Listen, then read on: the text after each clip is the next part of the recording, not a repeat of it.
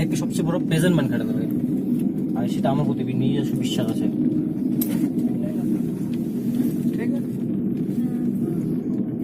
এই ভাই পড়ে এলে মোবাইলটা এনে চলে যাবে, পড়তে দে ফটো যাবে, মোবাইলে যাবে না, কত সোজা মোবাইলে পড়ে যাবে। মোবাইলটা ইয়ে করতে ভয় লাগছে। পারলে মনে হয় তোরা কর, আমি নিয়ে নেবো তোদের কাছ থেকে।